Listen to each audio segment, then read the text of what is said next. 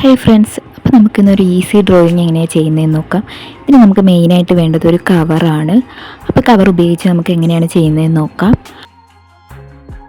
ആദ്യം outline വരച്ചെടുക്കാം. Outline വരയ്ക്കുന്നത് നമുക്ക് അതൊന്ന് പ്രൊജക്റ്റ് ചെയ്ത് കാണാൻ വേണ്ടിയിട്ടാണ് നമ്മൾ ഔട്ട്ലൈൻ വരച്ചു കൊടുക്കുന്നത്.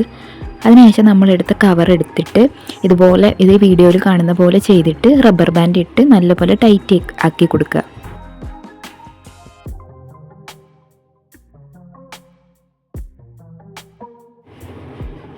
അത് കഴിഞ്ഞ് നമ്മൾ ഈ ടൈറ്റ് ചെയ്ത ഭാഗം ഉള്ളിലോട്ട് ഇട്ടിട്ട് ഇതേപോലെ വീഡിയോയിൽ കാണുന്ന പോലെ ആക്കിയെടുക്കുക. എന്നിട്ട് അതിനൊരു ബലൂൺ പോലെ ആക്കി നമ്മളിങ്ങനെ ട്വിസ്റ്റ് ചെയ്തെടുക്കുമ്പോൾ നമുക്ക് ഇങ്ങനൊരു പാർട്ട് കിട്ടും. അപ്പോൾ അവിടേക്ക് നമുക്കിഷ്ടമുള്ള ഏതെങ്കിലും ഒരു കളർ പെയിൻറ്റോ എന്തെങ്കിലും വാട്ടർ കളറോ നമുക്കിഷ്ടമുള്ളത് കൊടുക്കാം.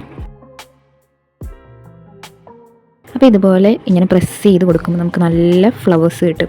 ഞാനിത് ശരിയാവില്ല എന്നാണ് വിചാരിച്ചത്, എനിക്കൊരു ഡൗട്ട് ഉണ്ടായിരുന്നു. പക്ഷേ ചെയ്തു വന്നപ്പോൾ എനിക്ക് നല്ല ഇഷ്ടപ്പെട്ടു. നല്ലപോലെ ആവുന്നുണ്ട്. നമ്മൾ നല്ലപോലെ പെയിൻ്റ് ആക്കി കൊടുത്താൽ നല്ലപോലെ ആവും. നല്ലപോലെ പ്രസ് ചെയ്ത് കൊടുത്താൽ നല്ലപോലെ വരും. അപ്പോൾ ഞാൻ അതിൽ ലൈൻസൊക്കെ വരച്ചിട്ട് തണ്ട് പോലെ ലൈൻസൊക്കെ വരച്ചിട്ട് നടുക്കൊരു യെല്ലോയിഷ് കളർ കൊടുത്തിട്ടുണ്ട്. പിന്നെ ഞാൻ ലീഫ് വരയ്ക്കുന്നുണ്ട്. ലീഫ് വരയ്ക്കാതിരിക്കുന്നതാണ് കുറച്ചുകൂടെ ഭംഗിയെന്നാണ് എനിക്ക് തോന്നുന്നത്. അപ്പോൾ നമ്മുടെ ഈസി ഡ്രോയിങ് ഇവിടെ റെഡി ആയിട്ടുണ്ട്. ഇഷ്ടപ്പെട്ടെങ്കിൽ ലൈക്ക് ചെയ്യുക, ഷെയർ ചെയ്യുക, കമൻറ്റ് ചെയ്യുക.